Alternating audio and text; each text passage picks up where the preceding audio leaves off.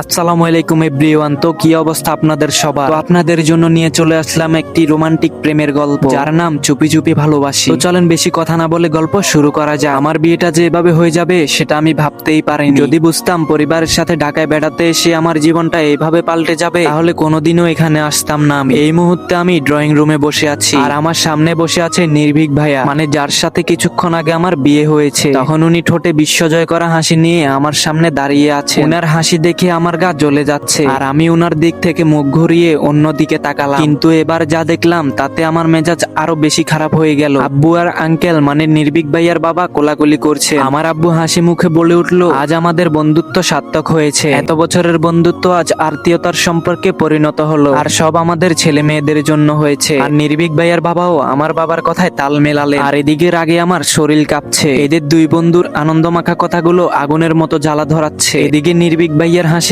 একদম সহ্য হচ্ছে না আমার। এবার উনি আমার কানের কাছে এসে ফিসফিস করে বললেন, দেখলি তো আমাকে চ্যালেঞ্জ করার ফল, শেষ পর্যন্ত আমিই জিতলাম। আমি কোনো কথা না বলে রুমের দিকে পা বাড়ালাম, সোজা গিয়ে বারান্দায় দাঁড়ালাম। আমি ইচ্ছে করছে নিজের চুল নিজেই ছিঁড়ে ফেলি। কি দরকার ছিল আমার ওই হিটলারের সাথে লাগা? বারান্দার রেলিং ঘেঁষে বসে পড়লাম আমি। আমার নাম শর্মি, মেডিকেলের দ্বিতীয় বর্ষের স্টুডেন্ট। অনেকদিন লম্বা ছুটি পাওয়ার পর পরিবারের সবাই মিলে বেড়াতে এসেছিলাম। সাথে যোগ হয়েছিল নির্ভীক ভাইয়া আর উনার পরিবার। নির্ভীক ভাইয়ার বাবা আর আমার আব্বু বেশ ভালো বন্ধু, বলতে গেলে দুই ভাই। আজ সকালবেলা ছাদে দাঁড়িয়েছিলাম আমি, সকালে ফ্রেশ হাওয়া খাচ্ছিলাম আর নানান রকম চিন্তা ভাবনা করছিলাম। ঠিক তখন কোথা থেকে উদয় হলো এই নির্ভীক ভাইয়া নামক প্যারা। এই ছেলেটা যেদিন থেকে আমার লাইফে এন্ট্রি নিয়েছে সেদিন থেকে লাইফটা তেজপাতা হয়ে গিয়েছে। সে যাই হোক, উনি এসেই আমাকে বললেন, রে শর্মি, এখানে দাঁড়িয়ে কি করছিস শুনি? তুই বয়ফ্রেন্ডের কথা ভাবছিস নাকি? যতই ওইসব নিয়ে ভাবিস কোনো লাভ নেই, বউ তো তুই আমারই হবি। উনার এই কথাটা শুনে মেজাজ প্রচন্ড খারাপ হয়ে গেল আমার। উনার দিকে তাকাতে উনি হুহা করে হেসে উঠলেন। বুঝলাম উনি মজা করে এসব বলেছেন, কিন্তু এই মজাটাই চরম বিরক্ত করলো আমাকে। না মানে কোনো মানে হয়? উনি খুব ভালো করে জানেন যে আমার কোনো বিএফ নেই, আর এই ধরনের মজা আমি একদমই পছন্দ করি না। তারপরও আমাকে এই ধরনের কথা বলে রাগিয়ে দিল আমাকে। তাই উনাকে রাগের চোটে বলেছিলাম, শুনলেন ভাইয়া,